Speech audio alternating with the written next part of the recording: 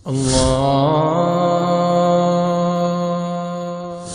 عليكم ورحمة الله وبركاته.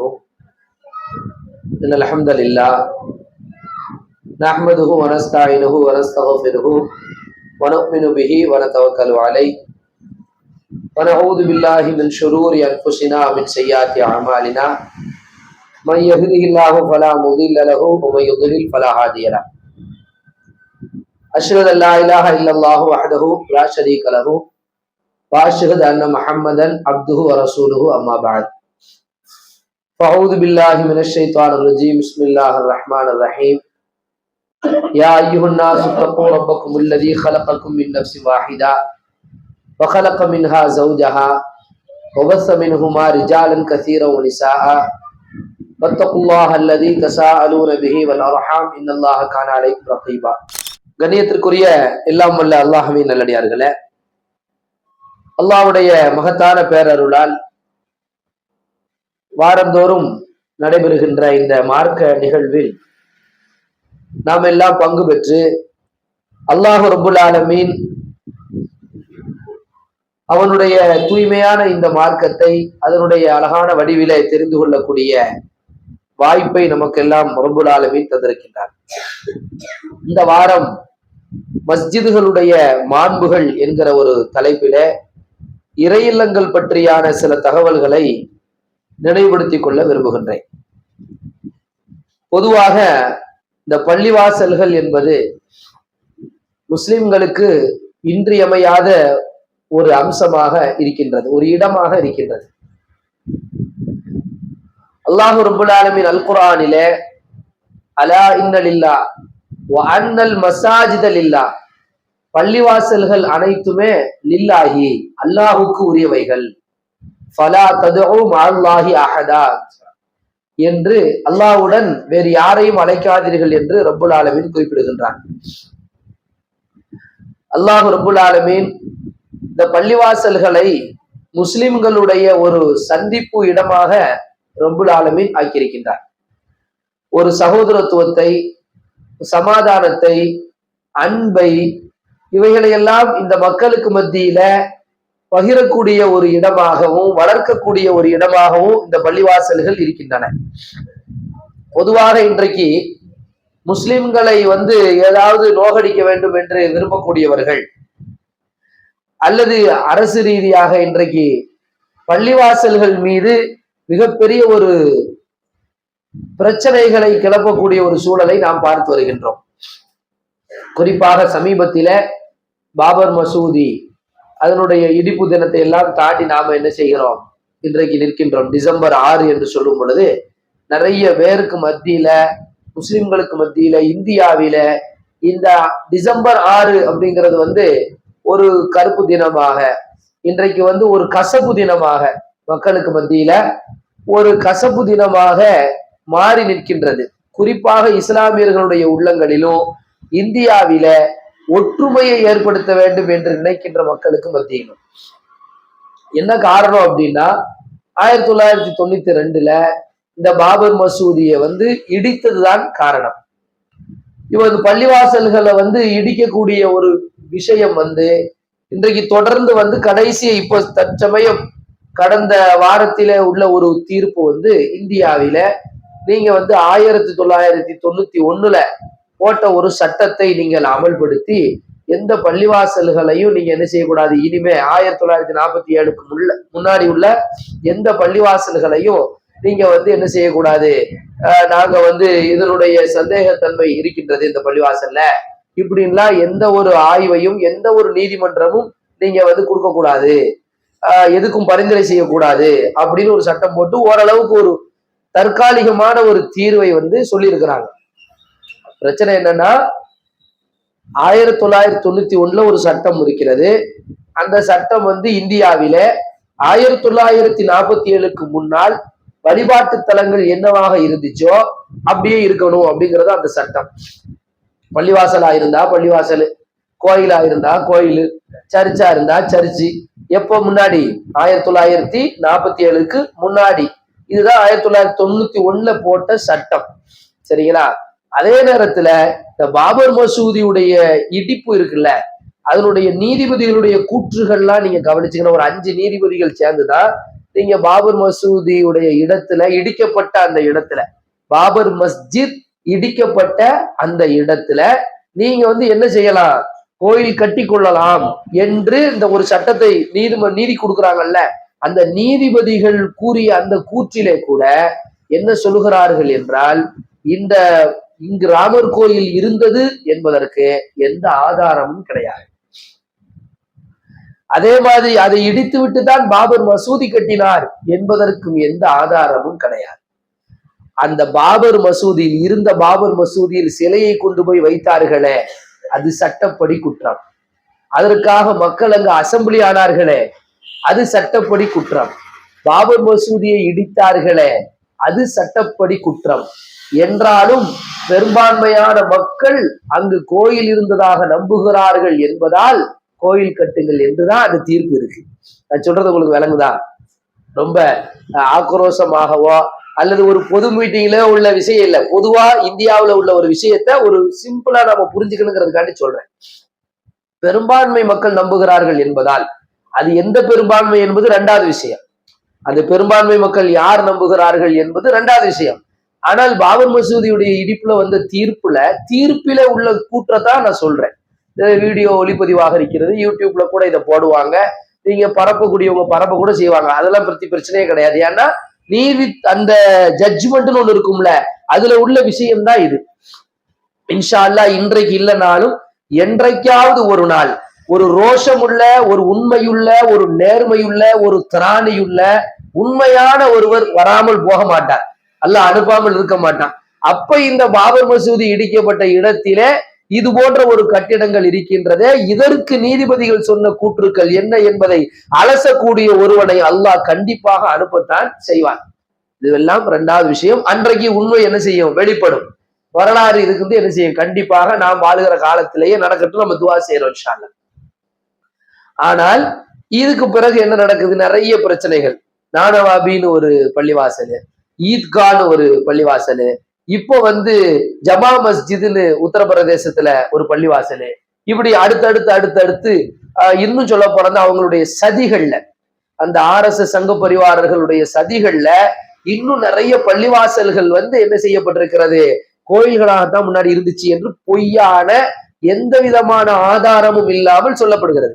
இப்படியான ஒரு விஷயங்கள் எல்லாம் இருக்கக்கூடிய காலகட்டத்துல இந்த பள்ளிவாசல்கள் சம்பந்தமாக நாம பேசுவதனுடைய நோக்கம் 2 விஷயங்கள். ஒன்று, நாம பள்ளிவாசல்களை சரியான முறையில பாதுகாப்பதற்கு முன்னெடுப்புகள் செய்ய வேண்டும், நாம கண்டிப்பாக செய்யணும். இரண்டாவது, இருக்கின்ற அந்த பள்ளிவாசல்களை சரியாக பயன்படுத்தவும் வேண்டும். 2 விஷயமும் நாம செய்யணுங்கிறதுக்கு தான் இந்த தலைப்பு. பள்ளிவாசல்கள் பொதுவாக அல்லாஹ்வுடைய தூதர் ஸல்லல்லாஹு அலைஹி வஸல்லம் அவர்களுடைய பயணத்துல நீங்க பார்த்தீர்கள் என்று சொன்னார், இந்த அல்லாஹ்வுடைய இந்த மார்க்கத்துல அல்லாஹ் ரப்புல் ஆலமீன் அந்த பள்ளிவாசலுக்கு கொடுக்கக்கூடிய முக்கியத்துவத்தை நீங்கள் பார்த்தீர்கள் என்றால் மிக பிரதானமானது. அல்லாஹ் சொல்றான், இன்ன அவ்வள பைத்தின் உதியா லின்னாஸ் லல்லதி பிபக்கத் முபாரக்கா. அல்லாஹ்வுடைய மக்களுக்கு அல்லாஹ்வை வணங்குவதற்காக முதலாவது கட்டப்பட்ட ஆலயம் எது? காபா. நீ அதை புனர் நிர்மாணம் செய்வதற்காக அனுப்பப்பட்டவங்க யாரு? இப்ராஹிம் அலைஹிஸ்ஸலாம், இல்லையா? ஃபர்ஸ்ட் அந்த பள்ளிவாசலை கட்டினது யாரு? ஆதம் அலைஹிஸ்ஸலாம். முதலாவது இல்லம் என்று சொன்னால் அதை கட்டியது ஆதம் அலைஹிஸ்ஸலாம். அதற்கு பிறகு கட்டப்பட்ட பள்ளி மஸ்ஜிதுல் அக்ஸா, உலகத்துல மஸ்ஜிதுல் அக்ஸா. அப்ப அதை யார் தான் கட்டியிருக்கணும்? ஆதம் அலைஹிஸ்ஸலாம் தான் கட்டியிருக்கணும். இரண்டுக்கும் மத்தியில சுமார் ஒரு 50 ஆண்டு கால இடைவெளிகள் இருக்கின்றது. இந்த 2 பள்ளிவாசல்களையும் புனர் நிர்மாணம் செய்தது யார் அப்படின்னு சொன்னா யாரு? முதலாவது நம்ம ஆதம் அலைஹிஸ்ஸலாம் அவர்கள் கட்டிய அந்த அவ்வளவு பைத்த இப்ராஹிம் அலைஹிஸ்ஸலாம் அவர்கள் புதிதாக என்ன செய்யறாங்க, புதுப்பிக்கிறாங்க. அது போன்று மஸ்ஜிதுல் அக்ஸாவை புதுப்பிச்சது யாரு? சுலைமான் அலைஹிஸ்ஸலாம். அல்லாஹ் ரப்புல் ஆலமீன் இந்த பள்ளிவாசல்களை ஏற்கனவே பழைய பள்ளிவாசல்களை எல்லாம் திரும்ப மீட்டெடுப்பதற்கு குர்ஆனிலே பேசுகின்றான். அது போன்ற அந்த பள்ளிவாசல்கள் இருந்த இடத்தை அல்லாஹ் ரப்புல் ஆலமீன் சிறப்பித்து கூறுகின்றான். அது போன்று அல்லாஹ்வுடைய தூதர் ஸல்லல்லாஹு அலைஹி வஸல்லம் என்ன செய்கிறான், அந்த பள்ளிவாசல்களை ஒட்டிய இப்ப சுப்ஹானல்லாஹ் அல்லாஹ் சொல்றான் குர்ஆன்ல, மேராஜுக்கு நீங்க பயணம் போங்க, மேராஜுக்கு நீங்க பயணம் போங்கன்னு சொல்லும் பொழுது அல்லாஹ் எப்படி கூப்பிட்டு போறான்? சுப்ஹானல்லதி அஸ்ரா பிஅப்திஹி லைலம் மினல் மஸ்ஜிதில் ஹராம் இலல் மஸ்ஜிதில் அக்ஸா. மஸ்ஜிதுல் ஹராமில் இருந்து மஸ்ஜிதுல் அக்ஸாவில் ஒரு இரவிலே அல்லாஹ் என்ன செய்தா? கூட்டிட்டு போனா. வீட்டுல இருந்து கூட்டிட்டு போனான்னு சொல்லல, மக்கால இருந்து கூட்டிட்டு போனான்னு சொல்லல. இங்க அல்லாஹ் எதை சொல்றான்? மஸ்ஜிதுல் ஹராம், மஸ்ஜிதுல் அக்ஸா பள்ளிவாசல்கள் தான் நீங்க ஒரு முக்கியமான ஜங்ஷன் பாயிண்டாக, ஒரு சரியான சந்திப்பு இடமாக அல்லாஹ் ஆக்குகின்றான். மஸ்ஜிதுல் அக்ஸாவுல நபிமார்களுக்கெல்லாம் அல்லாஹ்வுடைய தூதர் ஸல்லல்லாஹு அலைஹி வஸல்லம் தொலை வைக்கின்றார்கள், புராக் என்கிற வாகனத்தை கட்டி இருக்கின்றார்கள் இல்லையா? அப்போ ஆச்சரியங்கள் அங்கதான் நடக்கு. அங்கிருந்துதான் நேரா எங்க போறாங்க? வானத்துக்கு கூட்டி போகப்படுறாங்க. ஜிப்ரீல் அலைஹிஸ்ஸலாம் அவர்களால் அழைத்து போகப்படுறாங்க. அப்போ பள்ளிவாசல்கள் இந்த இடத்துல ஒரு முக்கியமான இடத்தை பிடிக்கின்றது. அதுபோன்று அல்லாஹ்வுடைய தூதர் ஸல்லல்லாஹு அலைஹி வஸல்லம் அவர்கள், அல்லாஹ்வுடைய தூதர் ஸல்லல்லாஹு அலைஹி வஸல்லம் அவர்கள் மக்காவில் சுமார் ஒரு 13 ஆண்டுகள் பிரச்சாரம் செய்துவிட்டு மதீனாவுக்கு ஹிஜ்ரத்துக்கு செல்றாங்க. ஹிஜ்ரத் அப்படின்னு சொன்னா எல்லாவற்றையும் துறந்து அல்லாஹ்வுடைய மார்க்கத்திற்கு 2 ஹிஜ்ரத் நடந்திருக்கு. ஃபர்ஸ்ட் எங்க போறாங்க? அல்லாஹ்வுடைய தூதர் ஸல்லல்லாஹு அலைஹி வஸல்லம் சில தோழர்களை அனுப்பிச்சு விடுறாங்க, அபிசீனியாவுக்கு, எத்தியோப்பியாவுக்கு அனுப்பிச்சு விடுறாங்க. அது ஆப்ஷன், அது தேர்வு. விரும்பியவர்கள் செல்லலாம், விரும்பியவர்கள் இருக்கலாம். ஆனால் மதீனாவுக்கு ஹிஜ்ரத்துக்கு போகும் பொழுது அந்த ஆப்ஷன் கிடையாது, தேர்வு கிடையாது. கட்டாயமா என்ன செய்யணும்? நீங்க போய்தான் ஆகணுங்கிறதுக்காக வேண்டி எல்லாவற்றையும் இழந்து போனாங்க. அதனாலதான் அது தியாக பயணம். அது ஏன் அந்த தியாக பயணம் அப்படின்னு சொல்லி வந்துச்சுன்னா, எல்லாத்தையும் விட்டுட்டு என்ன செஞ்சாங்க? போனாங்க. ஒரு ஊர்ல இருந்து இன்னொரு ஊருக்கு காலி பண்ணி போகணும்னு சொன்னா அதுக்கான நிறைய முஸ்தீபுகள் தேவை, அதனால நிறைய தயாரிப்புகள் தேவை. எந்த தயாரிப்பும் இல்லாமல் அப்படியே போனாங்க அந்த பயணத்திற்கு. அப்படி போகக்கூடிய அந்த நேரத்துல அல்லாஹ்வுடைய தூதர் ஸல்லல்லாஹு அலைஹி வஸல்லம் அவர்கள் மதீனாவுக்குள் நுழைவதற்கு முன்னால் ஒரு இடத்துல கொஞ்ச நாள் இருக்கிறாங்க, ஒரு வார காலம். அந்த இடத்தில் எழுப்பப்பட்ட பள்ளி என்ன பள்ளி? மஸ்ஜித் குபா, குபா பள்ளிவாசல். குபா பள்ளிவாசல் இன்றைக்கு என்ன செய்கிறது?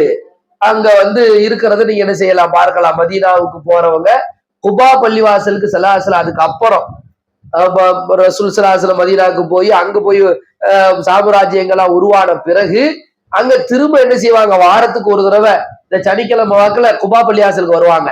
குபா பள்ளிவாசல்ல யார் 2 ரக்காத் தொழுகிறாங்களோ அவங்களுக்கு ஒரு உம்ரா செஞ்ச நன்மை கிடைக்கும். எப்படி? அப்படி ஒரு நன்மையை சொல்லவும் செய்யறாங்க. அந்த பள்ளிவாசல் குபா என்கிற ஒரு பள்ளிவாசல் கட்டப்படுகின்றது. அடுத்து அல்லாஹ்வுடைய தூதர் ஸல்லல்லாஹு அலைஹி வஸல்லம் அங்க போயிடுறாங்க மதீனாக்குள்ள. இத்தனைக்கு நீங்க பாருங்க, புத்த மக்கள் எல்லாரும் போயிருக்கிறாங்க. அவங்களுக்கு பல்வேறு தேவைகள் இருக்கின்றது. சாப்பாடு தேவை இருக்குது. யாருக்குமே கரெக்டா ஆர்டரான சாப்பாடு எல்லாம் கிடையாது. இன்னைக்கெல்லாம் நமக்கு ஆர்டர் சாப்பாடு உண்டுல்ல.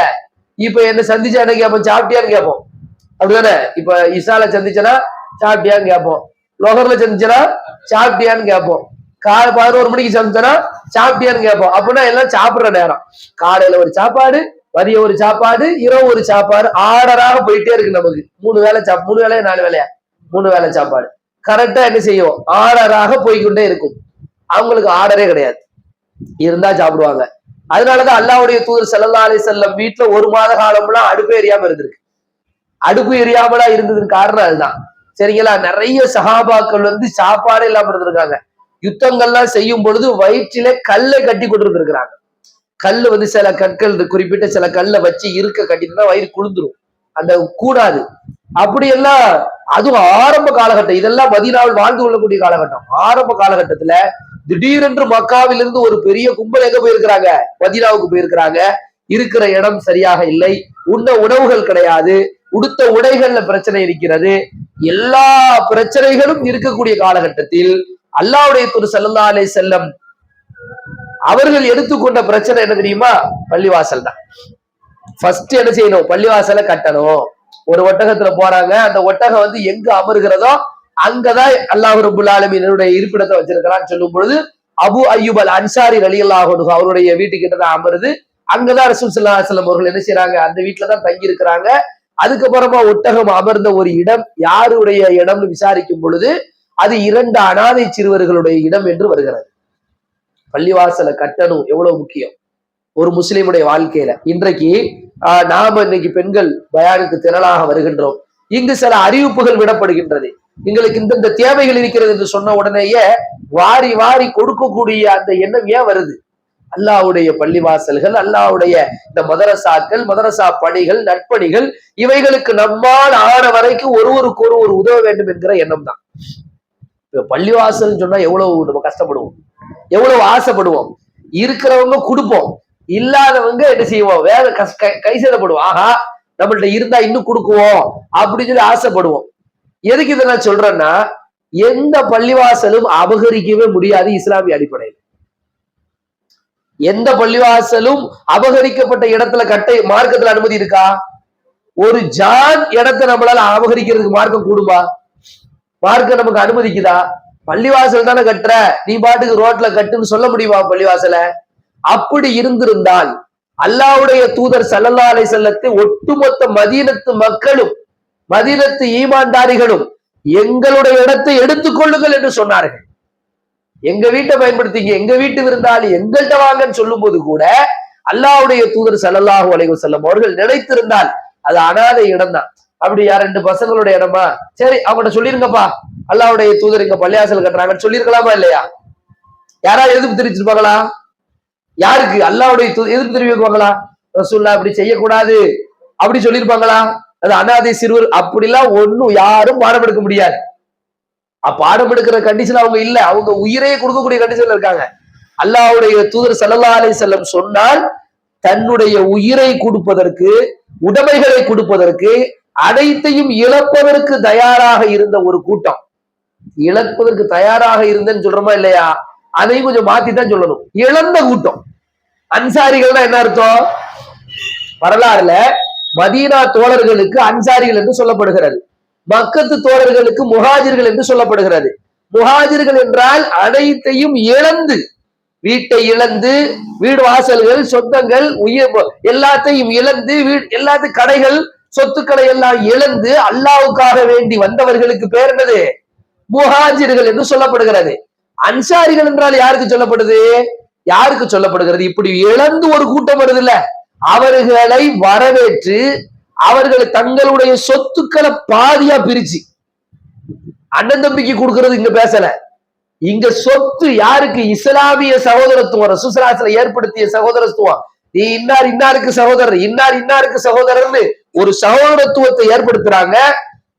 அதனூடாக சொத்துக்கள்ல பாதியை பிரிச்சு கொடுக்கக்கூடிய அளவு அவர் கொடுத்தாங்க. கூட்டு போனாங்க, வாங்க நம்ம 2 பேரும் சகோதரர் ஆயிட்டோம், வாங்க இதுதான் என்னுடைய தோட்டம், இதுல பாதி உங்களுக்கு தான். இதுல இன்னும் வரக்கூடிய பேரிச்சம்பழம் எவ்வளவு வருதோ, 100 மூடை வந்தா 50 மூடை யாருக்கு? உங்களுக்கு.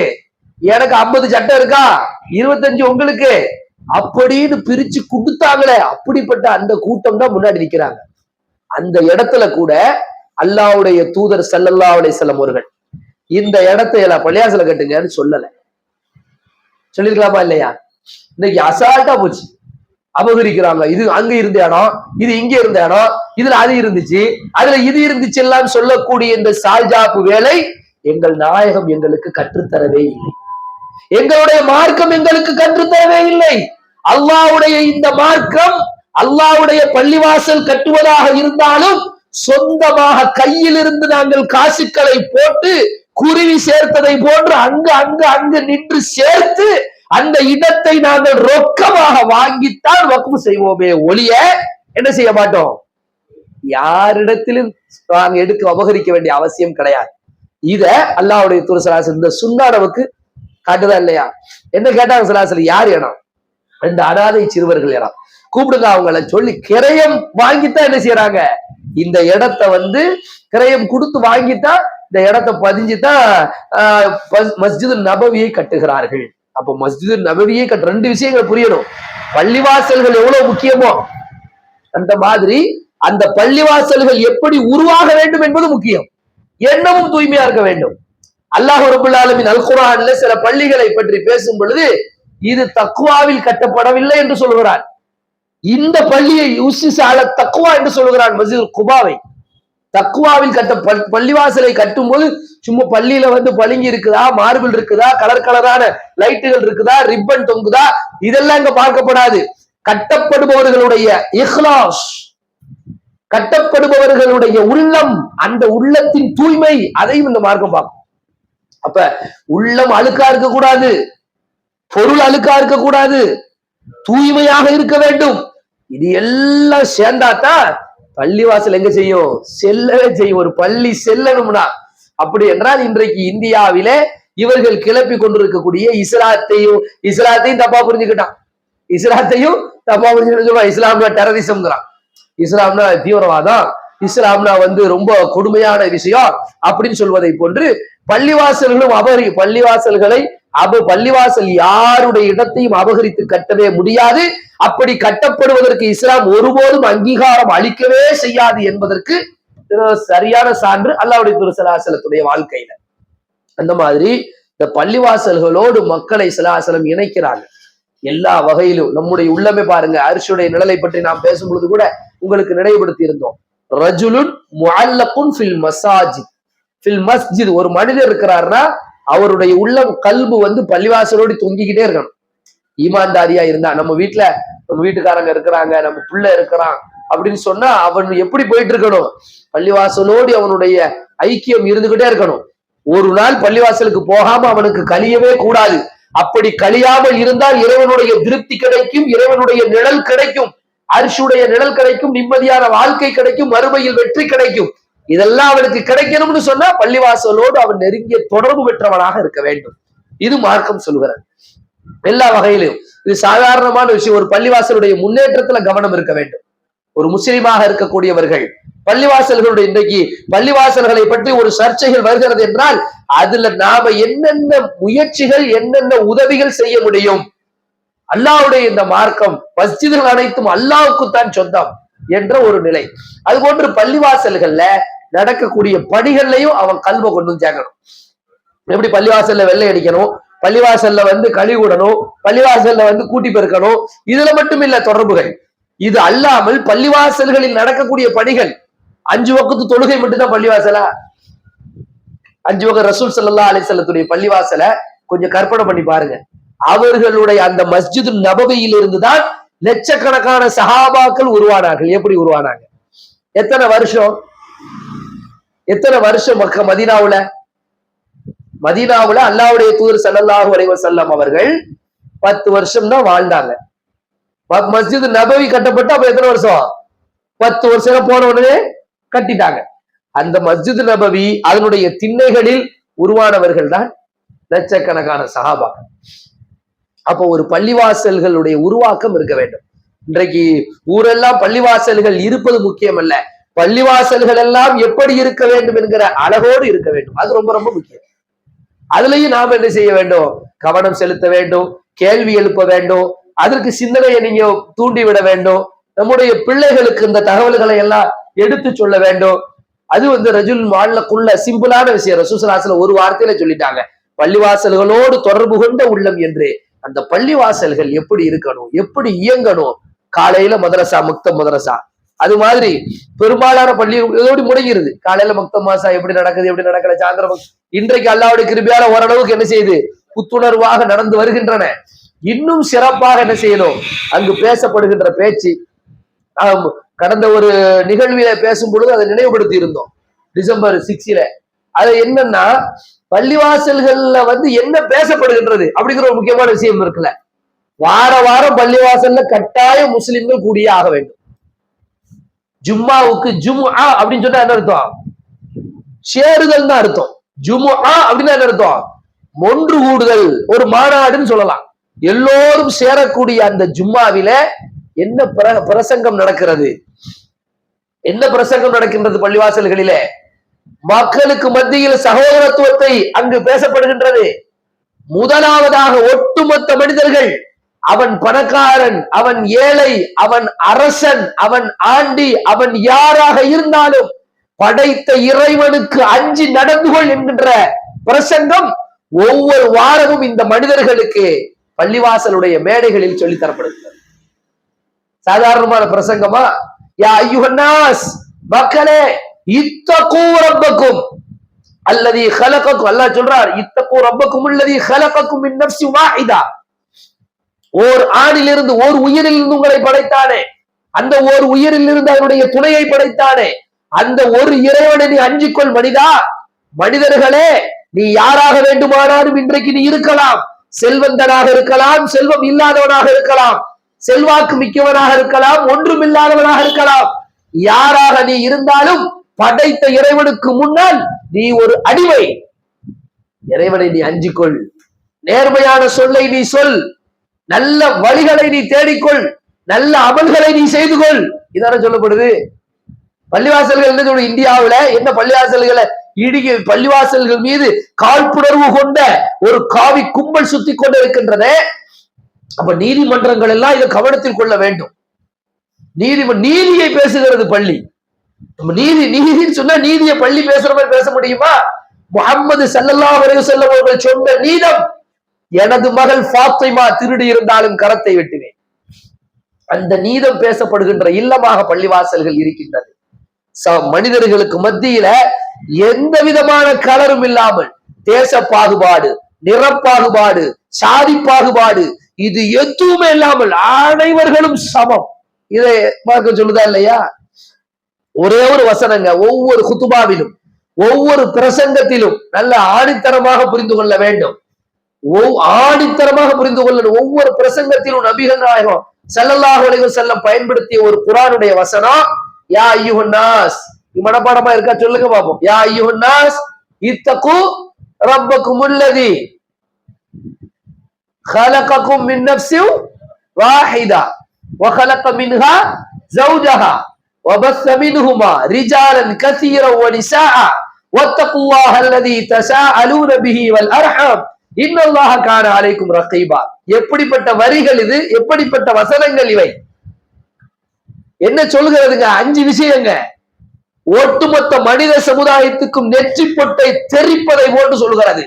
இன்றைக்கு இந்தியாவில எத்தனை சாதிகள், எத்தனை அமைப்புகள், எத்தனை மதங்கள், எத்தனை இசங்கள், எத்தனை கலவரங்கள், அனைத்திற்கும் முத்தாய்ப்பான ஒரு வரியில் பதிலை சொல்கிறது இந்த வசனம். யா அய்யுஹன் நாஸ், மனிதரே, நீ இன்றைக்கு யாரா வேண்டுமானால் நீ எந்த மாநிலம், கேரளான்னு சொல்லு, கர்நாடகான்னு சொல்லு, தெலுங்கானான்னு சொல்லு, தமிழ்நாடுன்னு சொல்லு, ஊப்பின்னு சொல்லு, மாப்பின்னு சொல்லு, எந்த நாட்டை எந்த மாநிலத்தை வேண்டுமானாலும் சொல்லு, எந்த நாட்டுக்காரனை வேண்டுமானாலும் சொல்லிக்கொள். ஆனால் அடிப்படையில் நீ யார் தெரியுமா?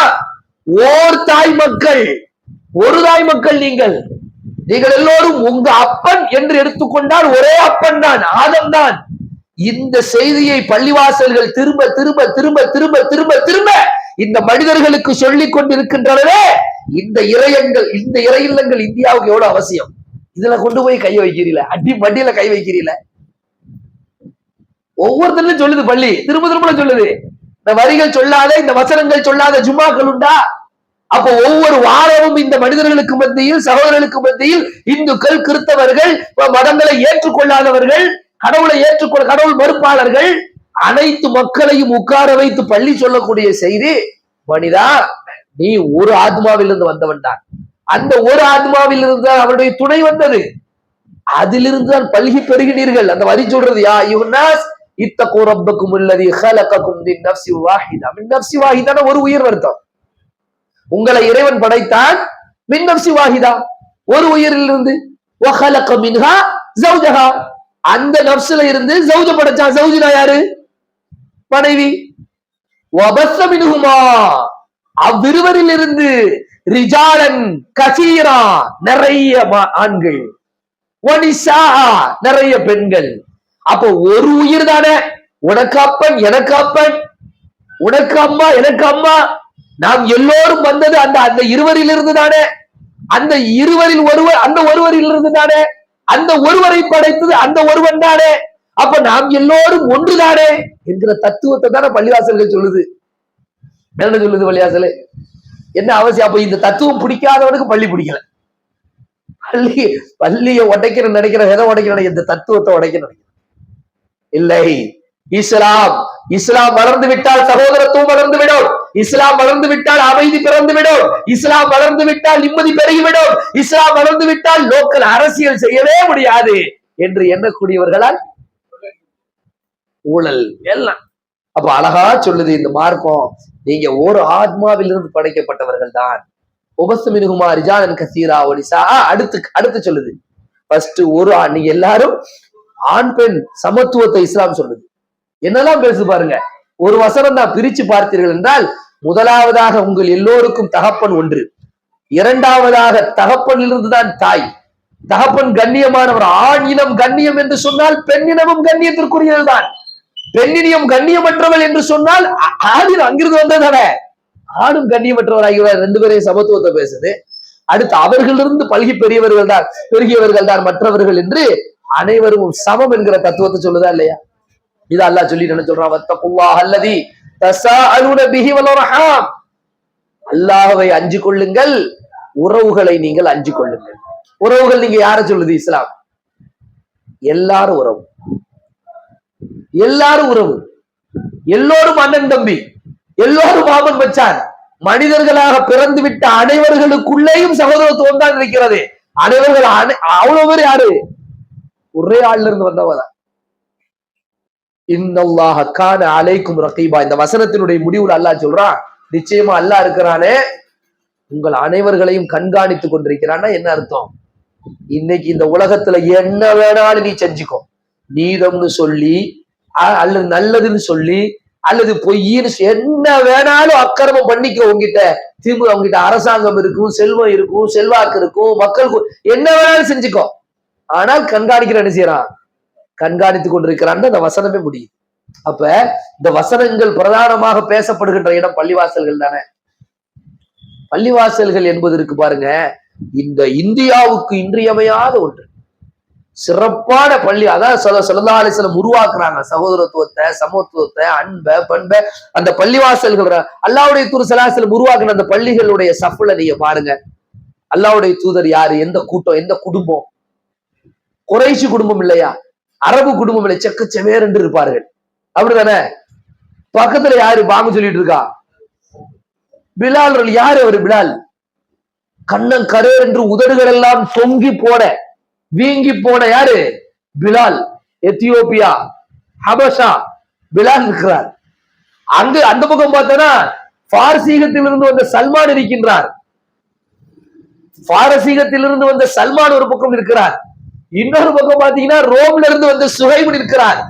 அங்கு நாடுகள், இனங்கள், மொழிகள், நிறங்கள் அனைத்தையும் கலந்த, அனைத்தையும் தகர்த்தெறிந்த ஒரு சகோதரத்துவத்தை இஸ்லாம் கட்டி அமைச்சிச்சு பள்ளிவாசல். பள்ளிவாசல்கள் என்பது மாண்புமிகு மஸ்ஜிதுகள் என்பதுக்கு இதெல்லாம் மிகப்பெரிய ஒரு சான்றாக என்ன செய்து இருக்குது. அதனால பள்ளிவாசல்கள் விஷயத்துல நாம ரொம்ப கவனமாக இருக்க வேண்டும். பள்ளிவாசல்களோடு தொடர்பை நல்ல வலுப்படுத்தி கொள்ள வேண்டும். பள்ளிவாசல்களை இன்னும் இன்னும் இன்னும் சிறப்பாக செயல்படுத்துவதற்கு நாம முன்னெடுப்பு செய்யணும். பள்ளிவாசல் அப்படியே இருந்துச்சுன்னு வைங்களேன், அப்ப என்ன, பள்ளிவாசல்ல பயான்கள் சரியாக மக்கள்கிட்ட கொண்டு போகணும், பணிகளுக்கு கொண்டு போகணும். இப்ப நிறைய ஊர்ல பள்ளிவாசல்கள் சரியான பணி செய்யக்கூடிய இடமாக என்ன செய்யல இல்ல. மக்கள் திரளணுமே பள்ளிக்கு, நம்ம ஒன்று கூடணுமே.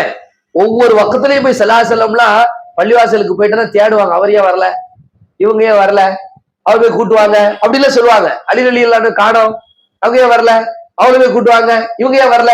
அப்போ பள்ளிவாசல்ல ஒரு சகோதரத்துவத்தை சலாசல என்ன செஞ்சாங்க, கட்டி அமைச்சு. அதெல்லாம் சஹாபாக்கள் எங்க உருவானாங்க? உருவான ஒரு இடம் வேணும்ல. இன்றைக்கு நம்முடைய மதரசத்துல் இஹ்சான் இருக்குது. இப்ப நீங்க எல்லாம் ஒரு அருமையான ஒரு தோழிகளாக உருவாகி நிக்கிறீங்க. நம்ம எல்லாம் இங்க வார வாரம் வர்றீங்க, சந்திக்கிறீங்க, பேசுறீங்க, ஒருவருக்குள்ள மார்க்கத்தை பேசிக்கிறீங்க, சந்தேகங்களை கேட்கறீங்க, உஸ்தாதாக்களை சந்திக்கிறீங்க, இங்க உள்ள விஷயங்களை கேட்கறீங்க. பல்வேறு வகையில ஒரு செயின், ஒரு தொடர்பு கிடைக்குதா இல்லையா? அன்றைக்கு மஸ்ஜித் நபவி உருவாக்கிறது சஹாபாக்கள் கூட்டம், அருமையான ஒரு சஹாபாக்களுடைய கூட்டத்தை. அதனால பள்ளிவாசல்கள்ல ரொம்ப கவனமாக நாம இருக்கணும். அல்லாஹ்வுடைய தூதர் ஸல்லல்லாஹு அலைஹி வஸல்லம் 27 மடங்கு நன்மை உங்களுக்கு பள்ளிவாசல்.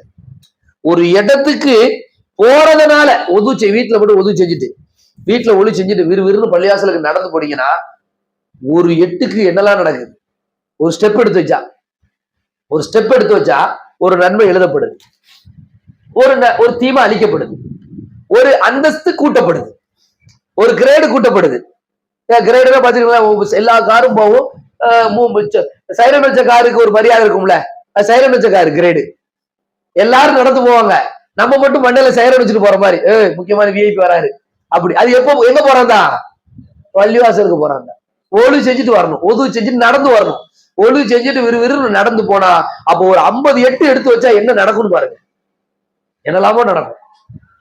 அவ்வளவு சிறப்புகள் அள்ளி. பள்ளிவாசலுக்கு போறிய ஒண்ணுமே கிடையாது, உட்கார்ந்துருக்க, சும்மா உட்கார்ந்தா எழுந்திருக்கிற வரைக்கும் நன்மை கிடைக்கும். இப்போ தொழுகை வரப்ப போறோம், இஷாவுக்காண்டி உட்கார்ந்துருக்காரு ஒருத்தர், இஷாவுக்கு 1/2 மணி நேரம் இருக்கு, ஆனா ஒளி செட்டு போனா தொழுகை தஹியத்துல் மஸ்ஜித் தொழுது உட்கார்ந்துருக்காரு இஷா தொழுகைக்காண்டி. அவர் காத்திருக்கும் காலம் எல்லாம் தொழுத நன்மையே கிடைக்கும், தொழுத நன்மை கிடைக்கும். அதெல்லாம் எண்ணவே முடியாது, கணக்குலே கிடையாது. இப்ப ஒரு வகுத்துக்கு 27 மடங்கு நன்மை சொல்லிடுவோம்ல, காத்திருந்ததுக்கு எவ்வளவு நன்மை அல்லாஹ் தருவாங்கிறதுக்கு அளவெடுக்கவே முடியாத அளவுக்கு நன்மைகளை ரப்புல் ஆலமீன் தந்து விடுகின்றான். பள்ளிவாசல்ல தான் இது கிடைக்கும். அது போன்று தொழுது முடிச்சுட்டு தொழுத இடத்துல உட்கார்ந்துட்டு இருக்கிற நேரமெல்லாம் நன்மை கிடைக்கும். சில பேர் அடிச்சு பிறந்து ஓடி வந்துருவாங்கல்ல, சலாம் அலைக்கும் வரஹ்மத்துல்லாஹ்னு அடுத்த சலாம் சொல்லும்போது வாசல் நிற்பாங்க. அது மாதிரி இல்லாம அங்க நாம காத்திருந்தோம்னு சொன்னா அதுக்கு என்ன செய்யும், கூலி கிடைக்கும். பள்ளிவாசல்கள் அப்படிப்பட்ட நன்மைகளுடைய சுரங்கமாக பள்ளிகள் என்ன செய்கிறது, விளங்குகின்றது. அல்லாஹ்வுடைய துரசா அப்படி ஒரு ஜமாஅத்தை உண்டாக்குறாங்க. ஜமாஅத்து தொழுகைக்கு என்று ஒரு தனி சிறப்புகளை அல்லாஹ்வுடைய தூதர் ஸல்லல்லாஹு அலைஹி வஸல்லம் வழங்கி 27 மடங்கு நன்மை கிடைக்கும் பள்ளிவாசலுங்கிறாங்க. மம்பனாலில்லாஹி மஸ்ஜிதன், யார் பள்ளிவாசலை கட்டுகின்றார்களோ, என்ன சிறப்பு கொடுக்குது பள்ளிவாசல், பள்ளிவாசலை யார் கட்டுகின்றார்களோ அல்லாஹ் ரப்புல் ஆலமீன் அவருக்கு என்ன செய்யறான், பனல்லாஹு பைத்தன் லஹு ஃபில் ஜன்னah, அவருக்கு அல்லாஹ் சொர்க்கத்தில் வீட்டை கட்டுகின்றான்.